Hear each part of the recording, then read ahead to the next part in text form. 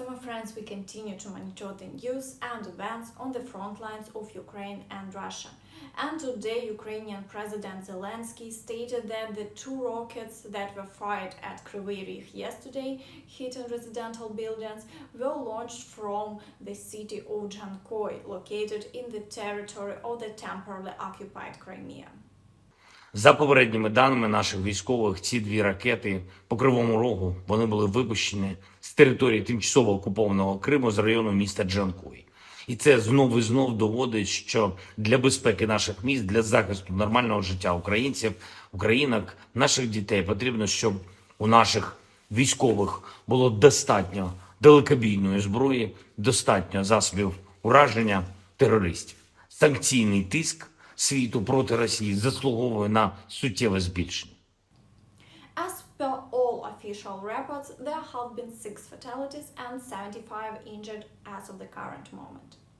It is also reported that yesterday evening there were approximately 8 explosions in Simferopol.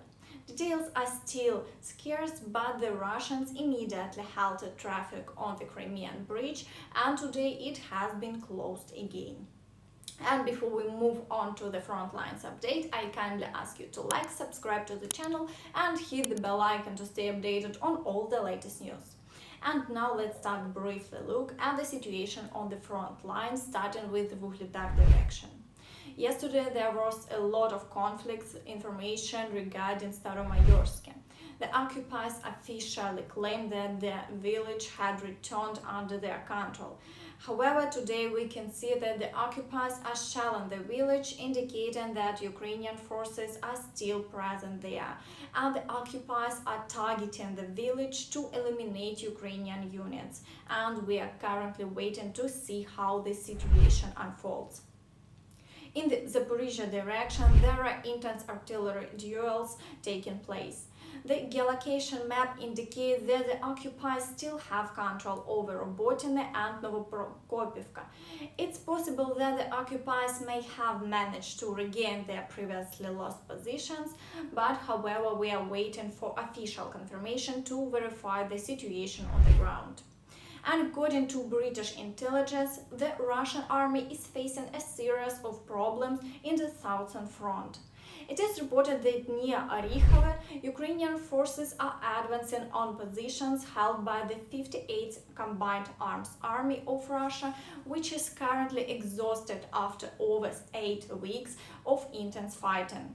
South of Velika Novosilka, the defense is being held by occupation units formed from the eastern and southern military districts of Russia.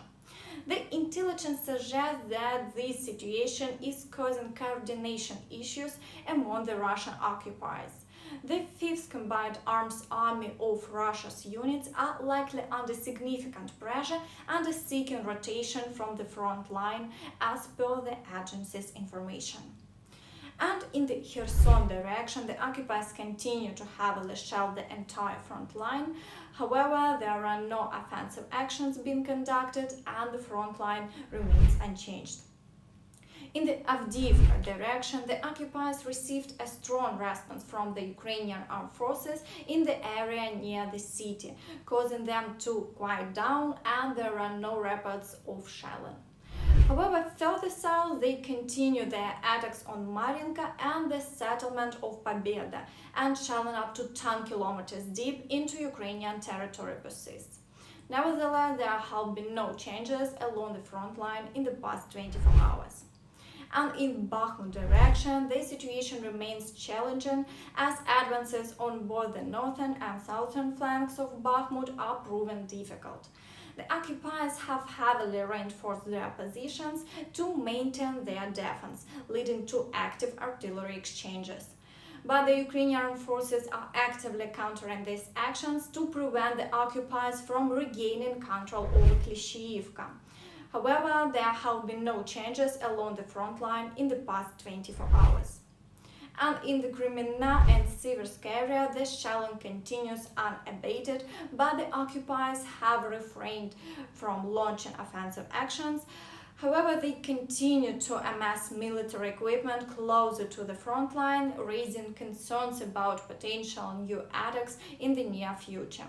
But the situation remains tense and vigilance is necessary to monitor any further developments in the region.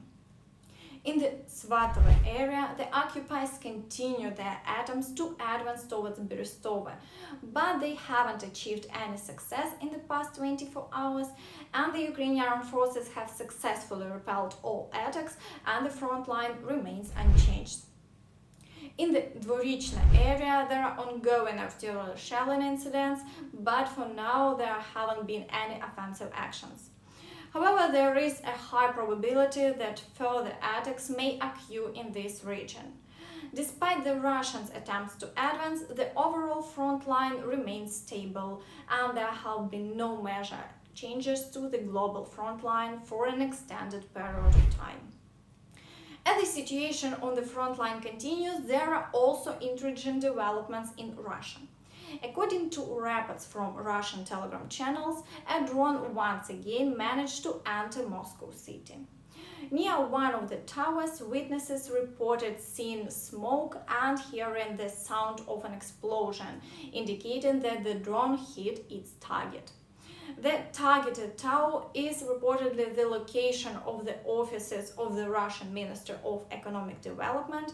The extent of the damage to the ministry's premises is currently unknown, and it has been confirmed by the mayor of Moscow that this is the same tower that was hit in a previous drone incident.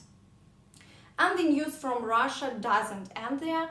It has been reported that an unknown man set fire to the entrance doors of a military enlistment office and then attempted to ram the arched gates with a car on one of the streets in central St. Petersburg.